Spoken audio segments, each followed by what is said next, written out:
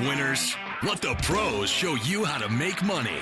General Manager Al DeMarco, a regular contributor on Fox Sports, MSNBC, and Comcast Sports TV, brings over 25 years of handicapping experience to the table.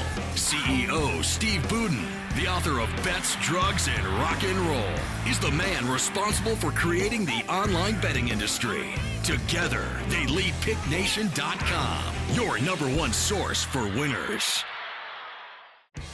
Last Sunday in the NFL, we had underdogs winning outright on the road like the Jets.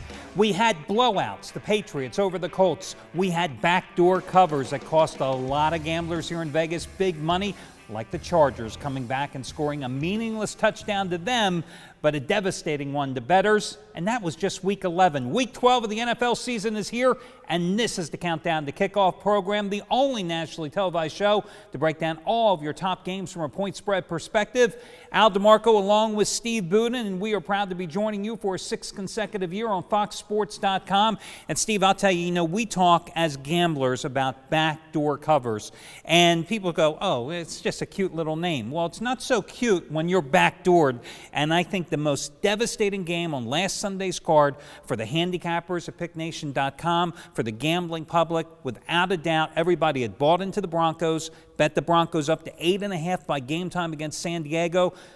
Peyton Manning, that last drive in the red zone, they had to settle for a field goal, and I'm going, backdoor was just open, and there he had the Chargers coming back and getting that touchdown to get the backdoor cover. And what makes it worse is that it's usually a team that has had trouble scoring the entire game. Now they get into a situation where there's a meaningless score, and all of a sudden your team goes into that old school prevent defense and just allows them to waltz down the field. What are they worried about? They weren't able to score the whole game. Or they really think they're going to get burned on defense? Play the defense. I don't understand why they do it. It kills gamblers. Certainly makes things exciting, though. The only thing a prevent defense does is prevents you from covering if you happen to be betting favorites. That is 100% true, guys. Listen, first game we're going to talk about today is not a good one. But there's not many good games on today's card. It's going to be Cincinnati and Oakland. The Bengals, they lose 4 in a row. Now suddenly they win 2 in a row. They went on the road and beat Kansas City last week,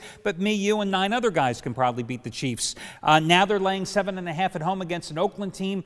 Well, Steve, all the Raiders have done is given up 135 points in the past 3 games. To say they're struggling defensively might be a little bit of an understatement. And I think the biggest problem with Oakland, Al, is identity. For the last 10 to 20 years, we know who this Raiders team was. They were a strong defensive team and an explosive offensive team. Well, not anymore. Al said it. Oakland plays that matador defense now. He mentioned it, 135 points in the last 3 games, and now they got no Darren McFadden. That's going to make things even harder for Carson Palmer, who's going to have trouble when the opposing defense doesn't have to play the run. At the end of the day, Cincinnati, well, they've been running the ball lately. They've brought that balanced attack. That's made them a lot better. I think that trend continues. I like Cincinnati minus the 7.5. Now, I will point out, in fairness, I don't know to who I'm being fair to, but the Bengals are 3-7-1 against the spread. Their last 11 when laying points at home.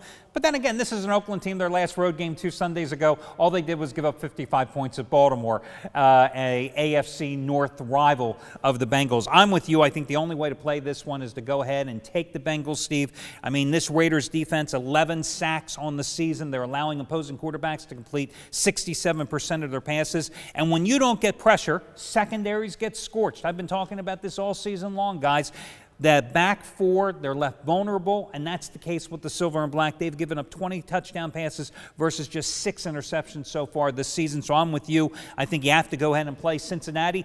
Something that you all out there have to, can you tell I lived in Atlanta for 9 years? You all have to play is going to be the fantasy football contest, the free contest that we have at PickNation.com. Well, this is great, and it's not like the old fantasy football where you spend the entire year drafting and redrafting and hope that by the end of the year you win and get the measly $100 that you get for winning. No, this is the new kind of fantasy football, which is week to week out, instant gratification. That's the name of the game. And listen, you go over to PickNation.com, not only is it free to enter, But guys, it's a $500 prize package. $500 up for grabs. Top 20 finish in the money. $125 to the first place finisher, and as Steve just alluded to, this one is over right after the Carolina-Philadelphia game is over on Monday night, so you don't have to wait till the January, the Super Bowl in February to finally pick up your cash. And if you entered last week, Steve, you can enter again every single week for free. All they've got to do is go to picknation.com, click on the ad, take you minutes just to set up your team, guys. So check it out, free, in conjunction with draftstreet.com. Next game, Steve, is the Bills-Indianapolis contest. Listen, I had a big play on the Bills last Thursday night. It was a horrendous game against Miami. Everybody said, oh, the Bills' defense, they finally came to play. Well, it wasn't so much the Bills played well defensively. Miami has just been pathetic offensively the past 3 weeks. I think that this game is severely underpriced because people look at that Indianapolis blowout at New England last week. Well, geez, the Patriots blew out the Broncos at home this year. They blow out a lot of guys at home. So now they're back at home where they played exceptionally well this season and with confidence. Well, Buffalo has been re-emphasizing the run. I think that's been working for them. But let's face it, the Bills, Ryan Fitzpatrick, they stink. Ryan Fitzpatrick continues to try to force the issue. That gets his team in trouble. Al's right. Indy had a bad game last week, but it was at New England, and you can kind of understand going in to play such a prolific offense why Andy Luck would have all kinds of problems, but he's coming back home now. He's 4-1 straight up and against the spread at home. I like Andy Luck. I do think it's a value play. Lay the points with Indianapolis. And listen, Luck at home this season, 8 touchdown passes, 2 interceptions. Remember, the Colts had won 4 straight games before going to Foxborough and getting blown out last week. And I look at what happened with the Bills game against Miami and what the Colts did at home against Miami a few weeks ago when they came back and won that game. Bills last week playing at home, 281 total yards in the game. When the Dolphins played Indianapolis, the Colts 516 yards of total offense. I think the Colts are going to be able to run the ball. I've mentioned many times over the past month that I think one of the most positive developments about Indianapolis this year has been they've been able to find a ground game. And listen, you ought to be able to find plenty of holes running against this Buffalo defense. It's ranked number 31 in the league in stopping the run, giving up 147 yards and 4.9 yards per carry. Again, I'm with you. I think you have to go with Indianapolis here. The line's 3. If it happens to go to 3.5, hell, even at 3, to be honest with you, I'd go ahead and buy down the half point because I do not want to be stuck looking back in retrospect going, Jesus, if I had bought that half point and they won by a field goal, I'd walk away with a win. I hate being in that position where you're left not buying the half point and you're stuck with a push. And one of the other biggest problems that gamblers make is they have short-term memory. They only remember last week. They don't look at a game as far as the trajectory for the season goes. They remember last week only, and they bet based on that. It's a big mistake.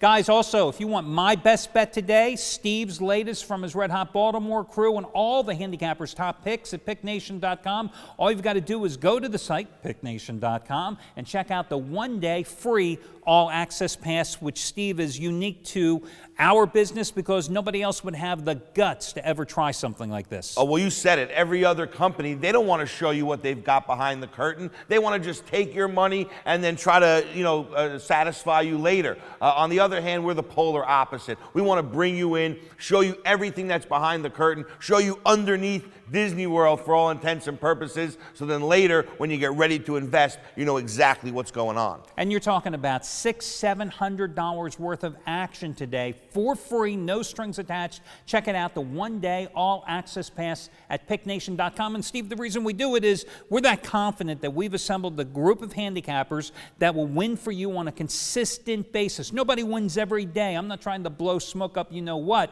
but the bottom line is over the long haul, our guys produce and they will make you money, so check it out yourself. One day, all-access pass, free trial, picknation.com.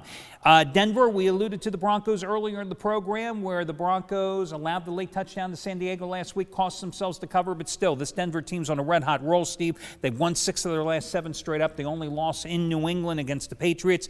They are scoring over 30 points a game in this stretch, and you got Kansas City. I don't have anything positive to say about the Chiefs.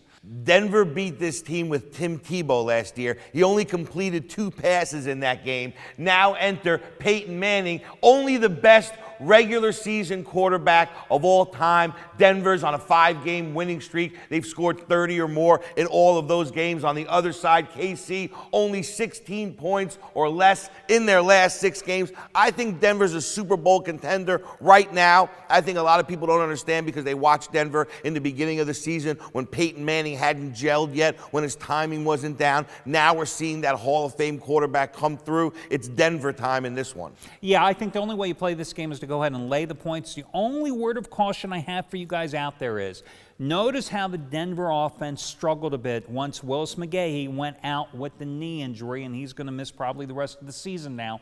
So it's going to be interesting to see if the Broncos' ground game, which had really come on, and of course, when you run, you make Peyton Manning all the more dangerous in play action, to see what happens here. But then again, we are talking about a Kansas City Chiefs team that can't stop anyone. I think they've lost 7 straight coming into this game. They're only 4-10 against the spread.